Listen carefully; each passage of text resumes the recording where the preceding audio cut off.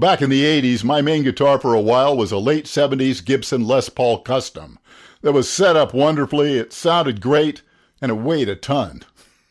I should have hung on to it, but I let it go. Then in around 2006, I bought a new Les Paul Standard, which was nice, but it badly needed a fret level and was overall just not all that inspiring. I didn't buy another one until I bought the 2020 60s Standard I reviewed just a few months ago. Now today I'm going to take a look at a recent top-of-the-line Epiphone version that sells for less than half the price of that USA model, and we'll see how it measures up. It's the Inspired by Gibson Custom 1959 Les Paul Standard.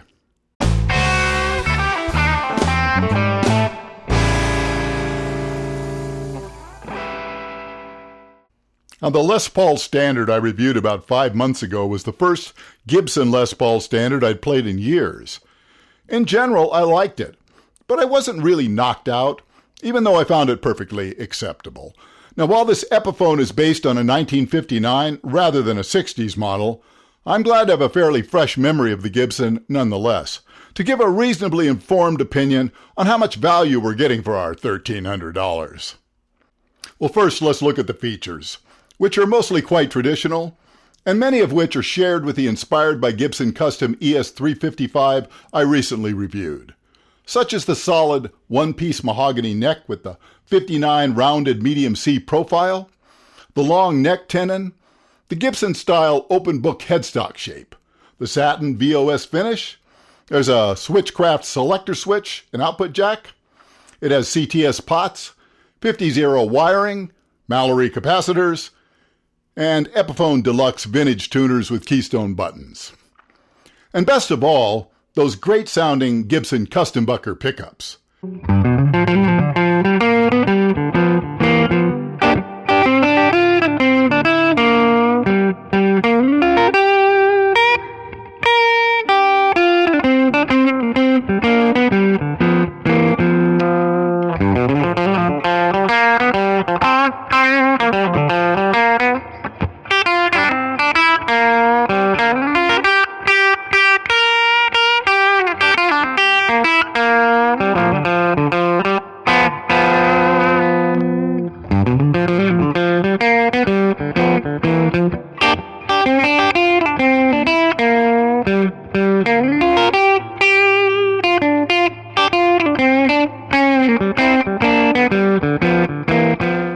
Obviously, this guitar has a lot in common with the ES355 I reviewed. The 50s neck is very similar. Other than being nickel rather than gold, the hardware and electronics are virtually the same. Now, all of this was expected. What's slightly more surprising is that it shares the same great playability. Now, normally, factory guitars are a bit of a crapshoot when it comes to fretwork and setups. I don't know if I just got lucky twice or what. It's occurred to me maybe Epiphone could be taking a little extra care with this initial run, since the company must have realized the price tag would be perceived as high for Chinese-made guitars. Now hopefully these will remain consistent in this regard.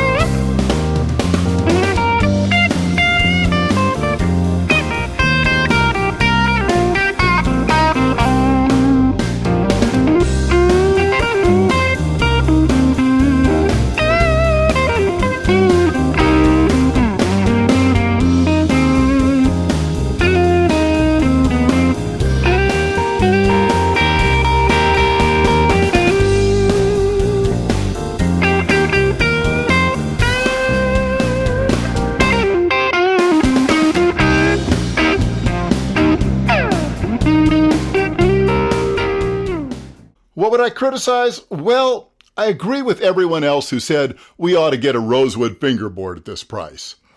Also, the fret ends are slightly rough. Not enough to notice while I'm playing it, but if I run my palm along the edge, they are just rough enough where I'd want to do a little fret end dressing.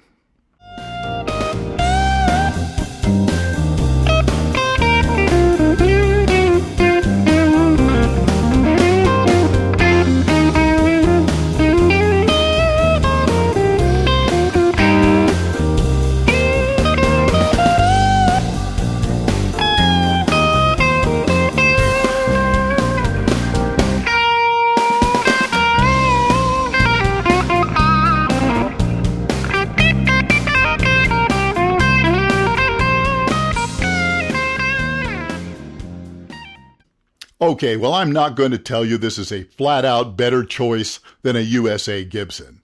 If you've always wanted a Gibson, then that's what you should buy. I get it.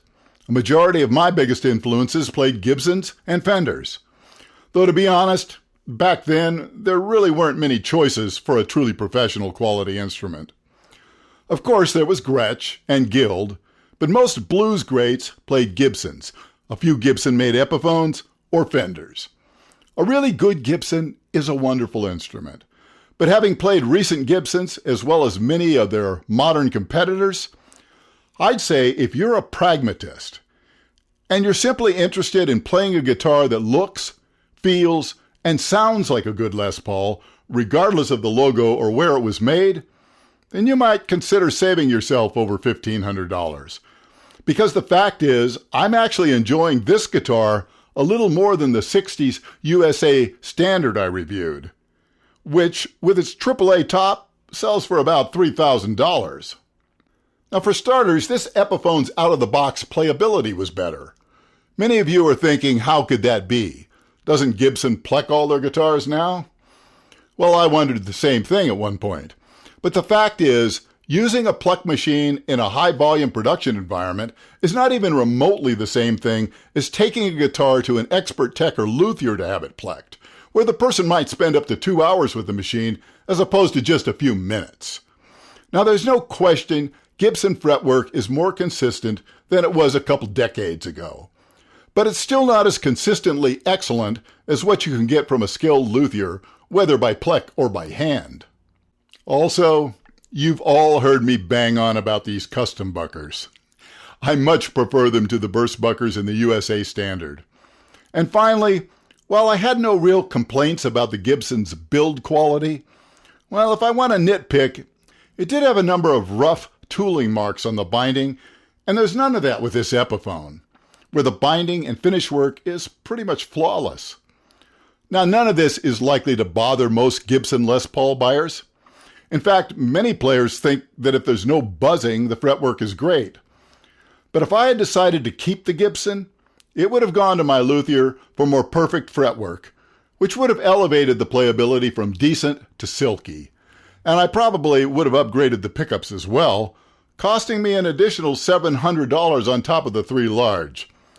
So from a purely objective standpoint, leaving out the emotional attachment to the famous brand or country of manufacture, ultimately, I think it's hard to argue with the value here.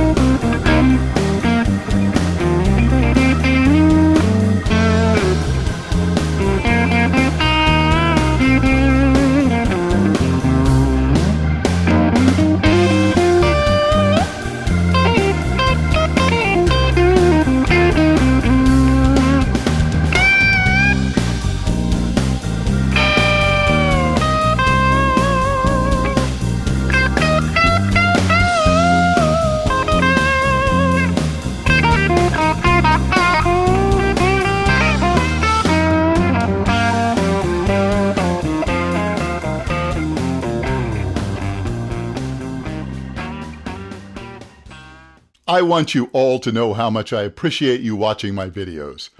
and especially those of you who subscribe and follow my channel regularly. Now, if you found this video useful at all, please give it a like. Subscribe if you haven't yet, and I will see you again very soon.